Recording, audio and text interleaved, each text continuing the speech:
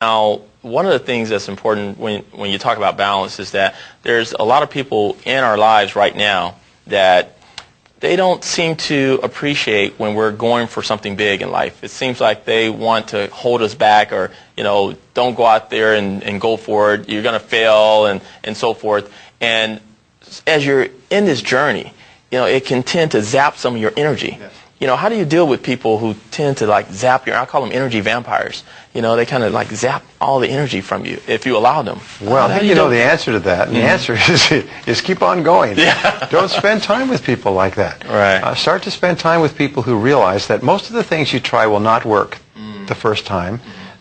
You'll not succeed, at least not the way you expected.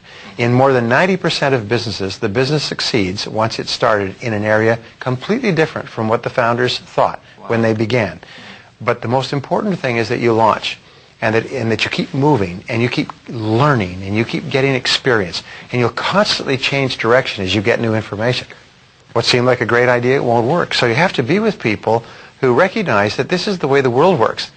People say, well, I tried it and it didn't work. Well, how many times did you try it? Well, I tried it once. No, you got to try it 10 or 20 times. Wow. There was a great interview on the David Susskind show some years ago.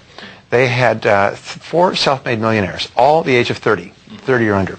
And they asked them during the first part of the show, how many different businesses have you been in before you found the one where you became a millionaire?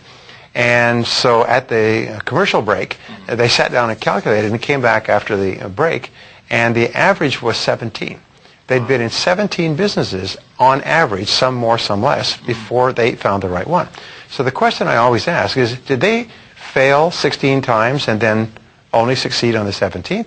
And everybody suddenly realizes, well, no, they didn't fail, they learned, which made the 17th possible. Wow. Now, people have to have that attitude.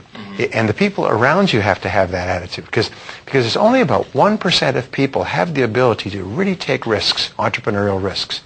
99% of the population can work for a business once it's established.